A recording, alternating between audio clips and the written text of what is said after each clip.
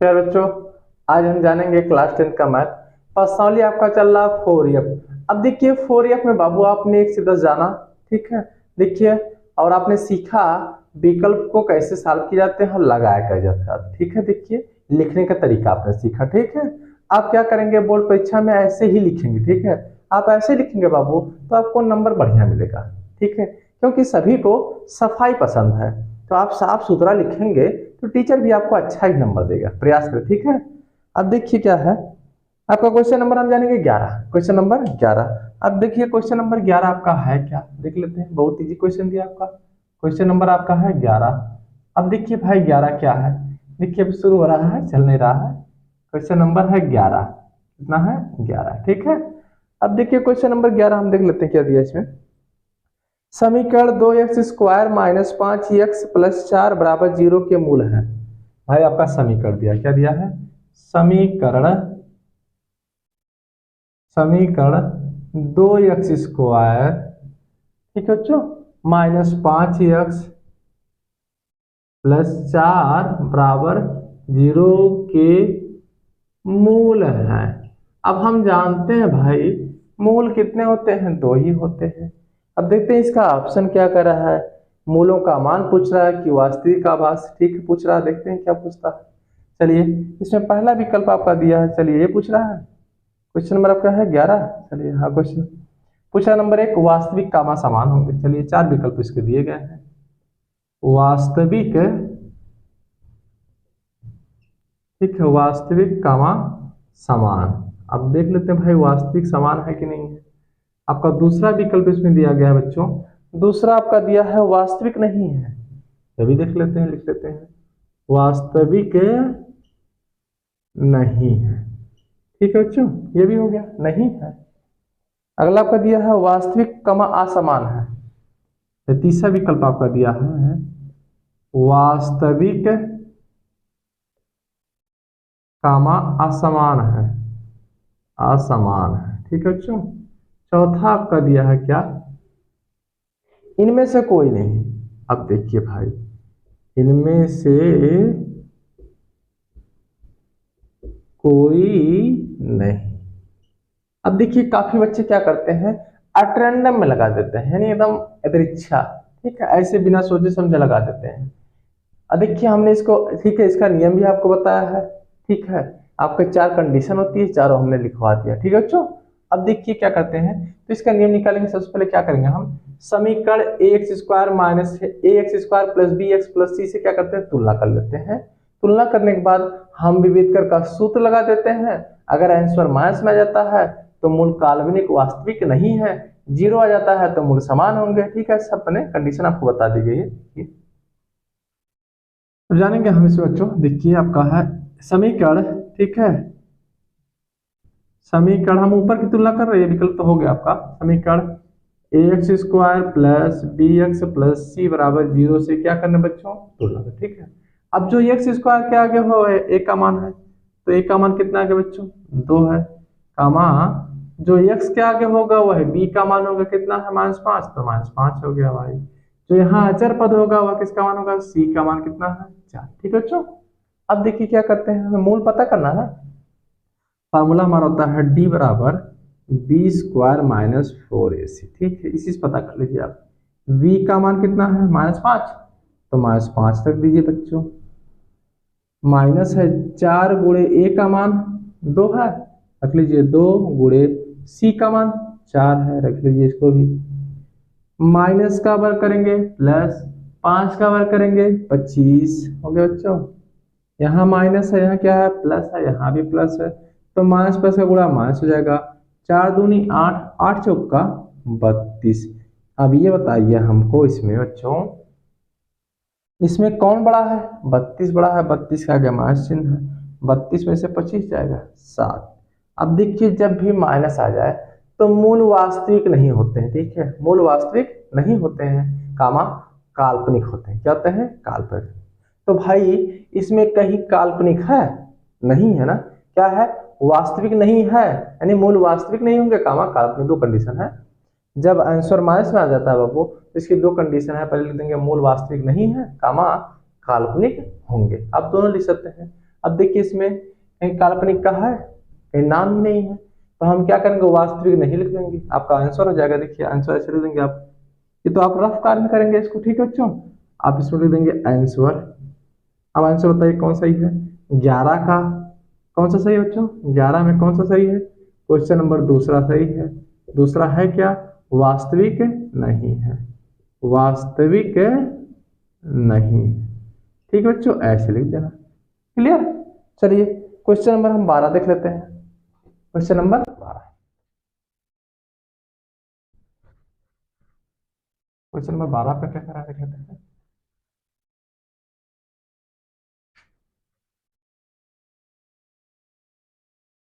बारह में आपका दिया है समीकरण 2x² प्लस 5x+3, ठीक है बच्चों, क्या दिया है के मूलों के चिन्ह होंगे। देख लेते हैं क्वेश्चन नंबर 12। समीकरण समीकरण आपका दिया है 2x² प्लस 5x+3 बराबर 0 के मूल होंगे, के मूलों के चिन्ह होंगे। चलिए बहुत चीज दिया है, के मूलों के चिन्ह होंगे। अब देखिए भाई चिन्ह होंगे, अब कैसे निकालेंगे।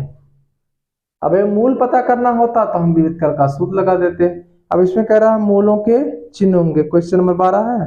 तो देखिए भाई इसमें सबसे बड़ी घात कितनी है, 2 की घात है। अब जब मूलों का चिन्ह निकालना है तो हमें गुणनखंड करना पड़ेगा बच्चों, ठीक है। सबसे पहले इसका हम विकल्प ले लेते हैं। चलिए विकल्प इसमें क्या दिया है, नंबर 1 दोनों धनात्मक। आपका पहला इसमें विकल्प दिया है नंबर 1, दोनों जो आंसर आएंगे आपके दोनों धनात्मक। क्या दिया बच्चों, धनात्मक। दूसरा आपका विकल्प दिया है, दूसरा क्या दिया है, एक धनात्मक और दूसरा ऋणात्मक। देखते हैं, एक धनात्मक और दूसरा ऋणात्मक, ठीक है। देख लेते हैं, आपका दिया दूसरा दिया है ऋणात्मक, क्या दिया है, ऋणात्मक, ठीक। देखिए ऋणात्मक है, ठीक बच्चों। अब चलिए आपका तीसरा क्या दिया, दोनों मूल ऋणात्मक होंगे। आपका तीसरा दिया है दोनों मूल ठीक है ऋणात्मक होंगे। क्या होंगे, ऋणात्मक, ठीक बच्चों। दोनों मूल ऋणात्मक, मूलों का चिन्ह x के मानों पर निर्भर है। देख लेते हैं, बहुत ज्यादा विधि लिखने के लिए, मूलों का चिन्ह x के मानों पर निर्भर करता है, x के मानों पर निर्भर करता है, ठीक है बच्चों। अब देखते हैं क्या निर्भर करता है। सबसे पहले आप सवाल को नोट कर लीजिए। आपका सवाल क्या है, 2x² प्लस 5x+3 बराबर 0, ठीक है बच्चों। अब देखिए इसका हम क्या करेंगे, सबसे पहले गुणनखंड करेंगे। अब देखिए देखिए इसमें प्लस है तो सब प्लस से रहेगा भाई। अब देखिए गुणनखंड करने का नियम क्या है, यहां भी अंक हो यहां भी अंक है, पहले दोनों का गुणा कर लेते हैं, ठीक। अब देखिए 3 दूनी 6, अब 6 का ऐसा गुणनखंड करो बाबू कि गुणा करने पर 6 आ जाए और जोड़ने पर कितना आ जाए बताइए, जोड़ने पर 5 आ जाए, ठीक है। अब कैसे भाई संभव है, चलिए देख लेते हैं।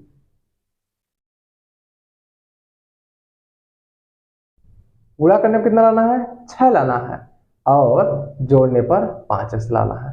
तो भाई 6 का हो जाएगा 3 दूनी 6, 3 में 2 जोड़ देंगे कितना आ जाएगा 5, और 3 का गुणा 2 में कर लेंगे 6 आ जाएगा, ठीक है बच्चों। समझ में आ रहा है सभी को, चलिए ठीक है। देखिए आपका हो जाएगा 2x² प्लस 3x+2x, बीच वाले पद को 2 भागों में बांटना रहता है हमेशा, ठीक है बच्चों, गुणनखंड में। देखिए इससे पहले हमने बताया है आपको, होगा 3। अब देखिए इन दोनों में क्या कॉमन है बच्चों, क्या कॉमन है, x कॉमन है। x से हम x² में भाग देंगे तो क्या आ जाएगा 2x, x से भाग देंगे ना भाई, यहाँ 2 है ना तो रहने दीजिए, x से x² भाग देंगे x हो जाएगा, ठीक है बच्चों, प्लस x से x कैंसिल कर देगा 3, रहने दीजिए ऐसे, प्लस। बताइए इन दोनों में क्या कॉमन है, कुछ नहीं कॉमन है ना, और जब कुछ नहीं कॉमन होता है तो एक होता है हमेशा, ठीक है भाई। किसी का कोई साथी ना हो लेकिन ऊपर वाला हमेशा साथ देता है, ठीक है नहीं होता है। देखिए आपका इन दोनों कितना कॉमन है, एक कॉमन है, कॉमन ले लीजिए। एक चीज में भाग देंगे तो हो जाएगा 2x प्लस 3 बराबर 0। देखिए अब जो बाहर बाहर है इसको एक क्वेश्चन में जो दोनों समान है इन दोनों में से एक ले लेंगे। चलिए दोनों जो समान उसको ले लेते हैं। 2x प्लस 3 एक क्वेश्चन में हो जाएगा, एक में हो जाएगा x प्लस 1 बराबर 0। अब देखिए क्या करेंगे बच्चों, 2x प्लस 3 बराबर 0, या प्लस हो जाएगा माइनस, तो 2x बराबर हो जाएगा -3, x अपनी जगह पर रह जाएगा तो -3/2। एक तो आंसर हो गया आपका। दूसरा देख लेते हैं आपका दिया है, यहाँ ऊपर देख लेते हैं हम, x प्लस 1 बराबर 0, ये प्लस हो जाएगा माइनस। अब बताइए इसके जो मूल आ रहे हैं दोनों क्या है, माइनस है ना। अब देखिए दोनों माइनस है तो उसकी हिंदी में कहते हैं ऋणात्मक। अब देखिए ऋणात्मक कौन है, दोनों। यदि आपका तीसरा, दोनों क्या होंगे, ऋणात्मक होंगे, यानी दोनों मूल क्या होंगे चिन्ह के, ऋणात्मक। ठीक है, नीचे आप लिख देंगे आंसर कौन सा सही है, 12 का कौन, तीसरा है। अब तीसरा है क्या, दोनों क्या होंगे, ऋणात्मक होंगे। क्या होंगे, ऋणात्मक। ठीक है बच्चों, क्लियर। चलिए अब क्वेश्चन नंबर हम देख लेते हैं 13। क्वेश्चन नंबर 13 आपका क्या हो जाएगा, ये हो गया ना। चलिए ठीक है,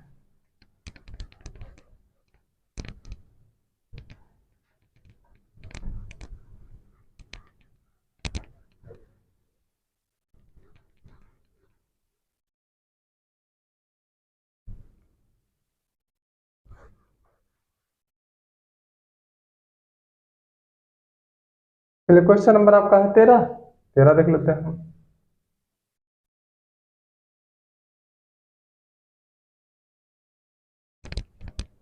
क्वेश्चन नंबर 13 है आपका,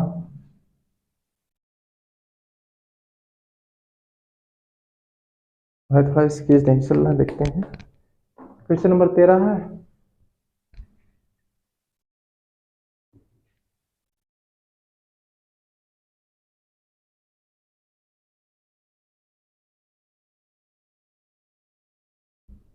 चलिए क्वेश्चन नंबर आपका आ गया 13। 13 है ना। 13 में क्या दिया है, एक द्विघात समीकरण का विविध कर दिया है। कितना दिया देख लेते हैं, एक द्विघात द्विघात समीकरण, ठीक है, समीकरण। समीकरण का क्या दिया बाबू, समीकरण का विविध कर दिया है। क्या दिया है, विविध कर। ठीक है, विविध कर कितना दिया है, विविध कर +3 है। कितना है, +3 है। ठीक है बच्चों, उसके बाद आप कह रहे हैं समीकरण के मूल होंगे। देखिए बहुत इजी दिया आपका, समीकरण के मूल होंगे। चलिए इसको भी लगा लेते हैं। देखिए बहुत इजी सवाल आपका दिया है। नंबर 1 वास्तविक नहीं, नंबर 2 वास्तविक कमा समान। देखते हैं ऑप्शन आपका दिया है, नंबर 1 आपका ऑप्शन दिया है वास्तविक नहीं, वास्तविक नहीं। ठीक है, देखते हैं दूसरा आपका क्या दिया इसमें। दूसरा आपका दिया है वास्तविक कमा समान, वास्तविक कमा समान है। ठीक है बच्चों, देखिए समान है आपका। तीसरा आपका दिया है वास्तविक कमा असमान। आपका तीसरा ऑप्शन दिया है वास्तविक कमा असमान। क्या दिया है, असमान, असमान। ठीक है, असमान दिया है ना। चलिए चौथा आपका दिया है 0 और +3। आपका चौथा विकल्प दिया है 0 और +3। ठीक है, असमान। देखिए यहाँ थोड़ा मिस्टेक हो गया, असमान लगा। ठीक है, देखिए हो गया। चलिए भाई तो क्या करते हैं, आपको लगाना इसमें। देखिए आपका, अब देखिए आपको हमेशा हम पता करते थे कि मूल क्या है, समान है, असमान है, कौन सा फार्मूला यूज करते थे। तो देखिए आप यूज करते थे D बराबर B² - 4AC। यानी इसका अर्थ होता अगर D का मान 0 आ जाता था तो हम लिख देते हैं मूल क्या है, वास्तविक है, समान है, ठीक है। अगर जीरो डी का मान -7 में आता है तो आप कह देते थे कि मूल क्या है, वास्तविक नहीं होंगे, कामा काल्पनिक होंगे। अब इस बार भाई आंसर किसमें आ गया है, +3 आ गया है। क्या आ गया है, +3। +3 है ना भाई, देखिए +3 है ना। और जब आंसर प्लस में आएगा तो हम कहेंगे मूल वास्तविक है, कामा असमान है। क्या कहेंगे, कामा असमान है। अब देखिए इसमें कहीं है मूल वास्तविक असमान, हाँ यहाँ पर है भाई। तो आपका तीसरा सही है। क्या सही है, तीसरा। तो आप तीसरा लिख लेंगे। देखिए समझ में आ गया बच्चों। चलिए देखिए तीसरा आप लिख लेंगे। इसमें तीसरा आपका दिया है आंसर 13 का तीसरा विकल्प। कौन सा विकल्प सही है, तीसरा। चलिए तीसरा है क्या आपका, वास्तविक, वास्तविक कामा असमान। क्या कह देंगे, असमान। क्लियर बच्चों, बस हो गया। चलिए क्वेश्चन नंबर हम 14 देख लेते हैं। Question number 14।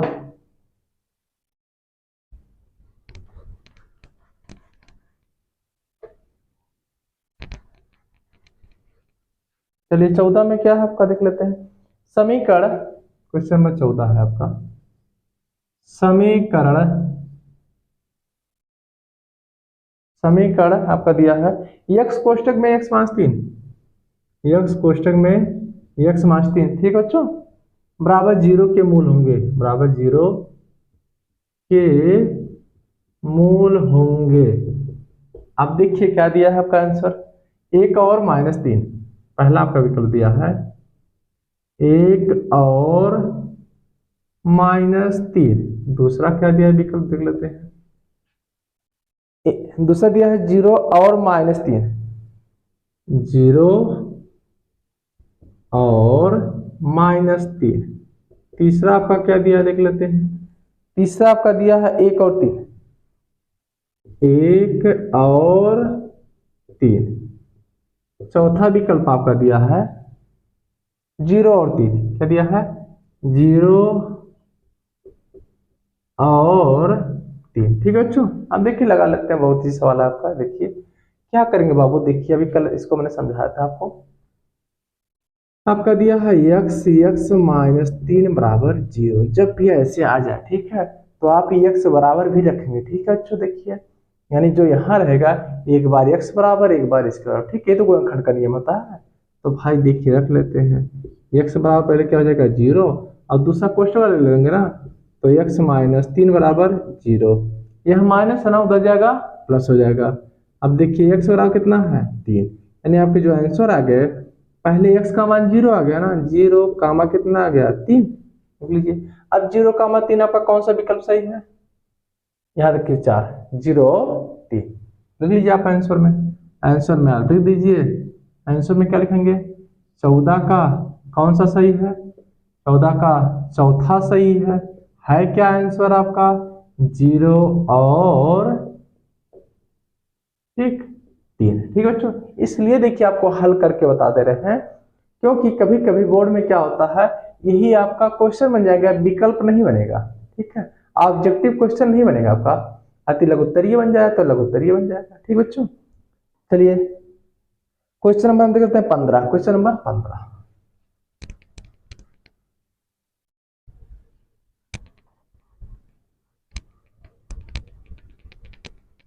15 में क्या है देख लेते हैं इसको। समीकरण 4x² minus 12x plus 9। Question number आपका है 15, समीकरण, समीकरण, ठीक है, आपका समीकरण दिया है 4x² माइनस 12x प्लस 9 बराबर 0, ठीक है बच्चों, के मूल होंगे, के मूल होंगे। अब देखिए क्या पूछ लेता है, देखिए क्या पूछ लिया है। सबसे पहले हम इसका ऑप्शन लिखेंगे, ऑप्शन से ही पता चल जाएगा हमको क्या करना है, ठीक है। चलिए नंबर 1, नंबर 1 आपको क्या पूछ रहा है, वास्तविक असमान। देखिए फिर वही कहानी आ गया आपकी, वास्तविक कामा असमान हो गया, पहला विकल्प आपका हो गया। दूसरा आपका क्या दिया देख लेते हैं इसको, वास्तविक नहीं है। अब कब नहीं वास्तविक होता है, अभी बताया गया बच्चों, वास्तविक नहीं। ठीक है, वास्तविक कामा बराबर, अब देखिए थोड़ा इसमें चेंज आया है लेकिन यह है तेजी, वास्तविक कामा बराबर, वास्तविक कामा क्या है, बराबर। ठीक है बच्चों, नंबर 4 आपका क्या है देख लेते हैं। 4 में आपका दिया है शून्य, शून्य है। अब चलिए भाई इसको कैसे पता करेंगे, तो हम क्या करेंगे, सबसे पहले इसमें विविध कर निकालेंगे। क्या निकालेंगे, विविध कर। अब देखिए निकालने का तरीका क्या होता है, हम समीकरण को क्या करेंगे, X square plus B X plus C से तुलना कर लेंगे। देखिए तुलना करते हैं बच्चों, समीकरण A X square plus B X plus C बराबर 0 से क्या करना बच्चों, तुलना करना। ठीक है, हो गया। अब जो एक्स स्क्वायर के आगे है वो है ए का मान, ए का मान बताइए बच्चों कितना है, ए का मान 4 है, कामा बी का मान बताइए हमको, जो एक्स के आगे है कितना है, -12 है, कामा सी का मान 9 है। ठीक है बच्चों, चलिए हमें निकालना क्या है, डी बराबर फार्मूला आपका होता है बी स्क्वायर -4ac। ठीक है बच्चों, ये तो होता है आपका। अब देखिए हम जानेंगे b का मान, हम जाने कितना है, -12, तो -12 का हम वर्ग कर देंगे, -4 गुणे a का मान 4 है ना, तो 4 रख लीजिए, गुणे c का मान कितना है, 9 है ना, तो रख लीजिए। देखिए माइनस का बार करेंगे प्लस, और 12 का गुणा 2 बार करेंगे तो 12 बार ही 144, कितना हो जाएगा, 144 माइनस 4 चौका 16, 16 नवा 144, 16 नवा 144। अब देखिए ये तो वेली आ गया ना, अब देखिए वेली आ गया तो आपका हो जाएगा। इसका आंसर क्या हो गया बताइए आप सभी लोग, लिखना था मूल, क्या लिखना है, मूल। ठीक है, यहाँ पूछ रहा था आपके मूल होंगे।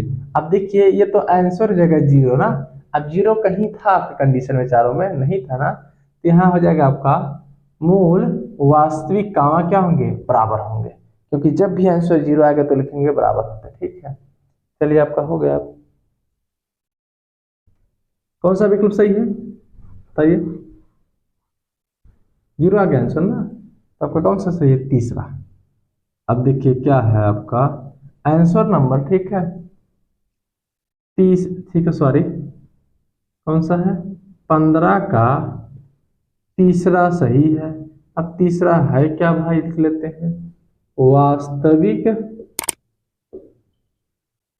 कामा क्या होते हैं, बराबर होते हैं। ठीक है बच्चों, क्लियर।